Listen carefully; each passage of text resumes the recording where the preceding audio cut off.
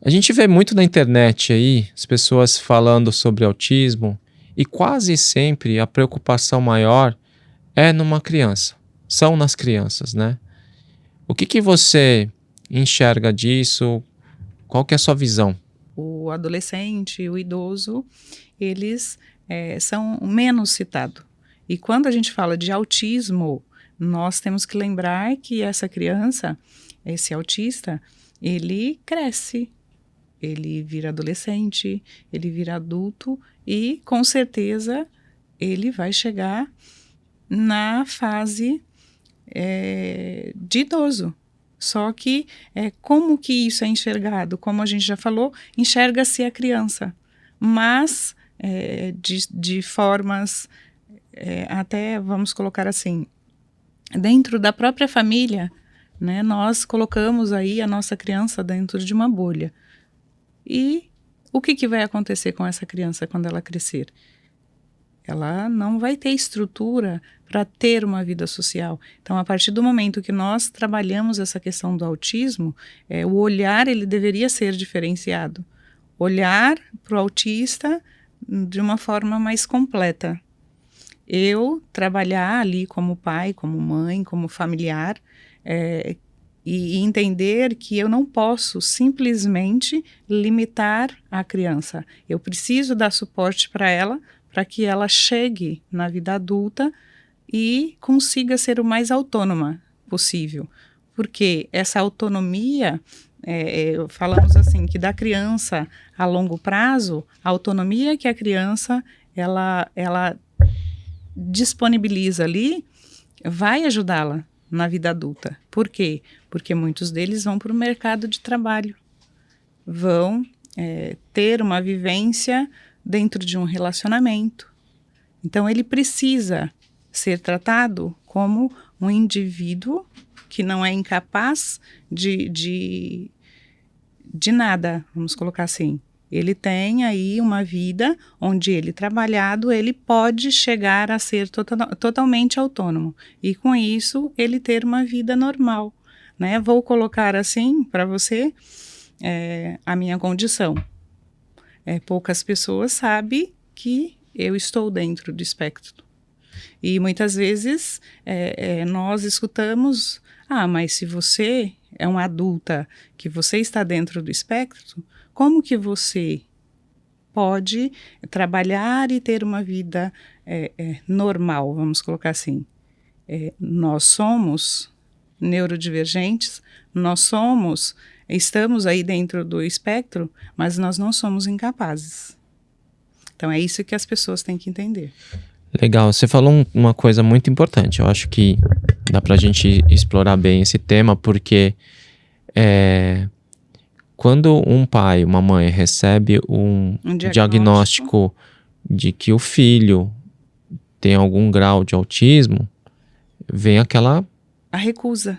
Primeiro vem a falta de empatia ali com a condição, né? E quando nós falamos dessa falta de empatia, na maioria dos casos, o que nós encontramos? Nós encontramos mães que são abandonadas pelos seus pares por causa desse diagnóstico. Os pais, geralmente, eles não suportam, né, esse diagnóstico e termina deixando para a mãe. E aí, o que vai acontecer com essa mãe atípica, que precisa trabalhar, precisa dar conta do filho e muitas vezes não tem suporte? Nem do marido. Muitos vão embora. Então, quer dizer, numa forma geral, isso acontece. Então, os pais recebem o diagnóstico lá de que o filho tem um espectro autista, e a partir daí a gente já tem vários desafios a serem superados. O primeiro é a união da família. Geralmente existe uma dificuldade de aceitação. Sim, a aceitação na maioria dos casos é bem difícil, porque é complicado, né? Você entender que você sonhou em ter um filho e de repente, na sua cabeça, você fala assim, eu queria um filho saudável e ele veio com defeito. Como que eu enxergo isso? Então, muitas vezes, né, existe essa recusa de compreender o diagnóstico e muitas vezes eu termino negligenciando essa criança porque eu não quero que a sociedade saiba, né, que o meu filho, ele tem autismo ou ele tem TDAH. Então, eu vou negligenciar isso o máximo de tempo que eu puder. E o que eu vou fazer com isso? Eu vou prejudicar essa criança. Isso pode ser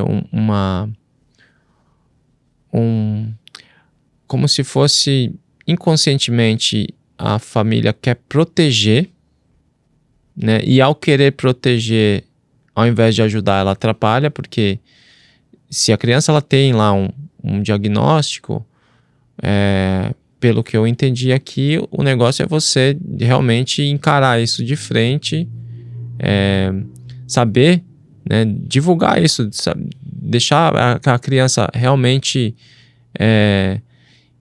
tirar da bolha, vamos dizer assim, porque se você manter ela na bolha, é aquilo que você falou.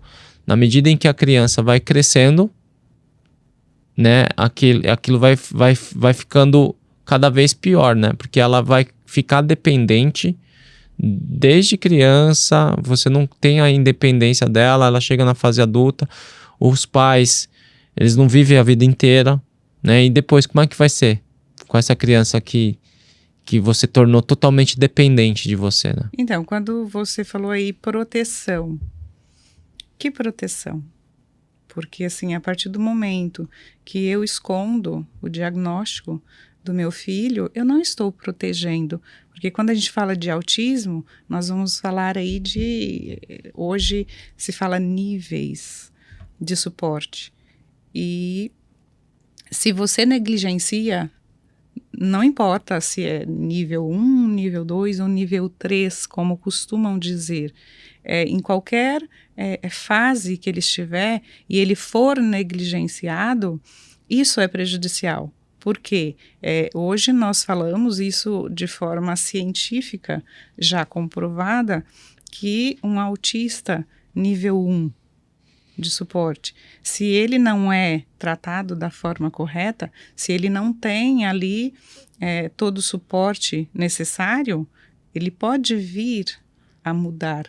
E também o nível 3, que nós colocamos aí como o severo, o mais elevado, se ele bem tratado, ele pode descer para o nível 1, porque o autismo ele não é uma doença, ele não tem cura. Ele existe o suporte que é dado e dentro desse suporte ele tem melhorias de vida.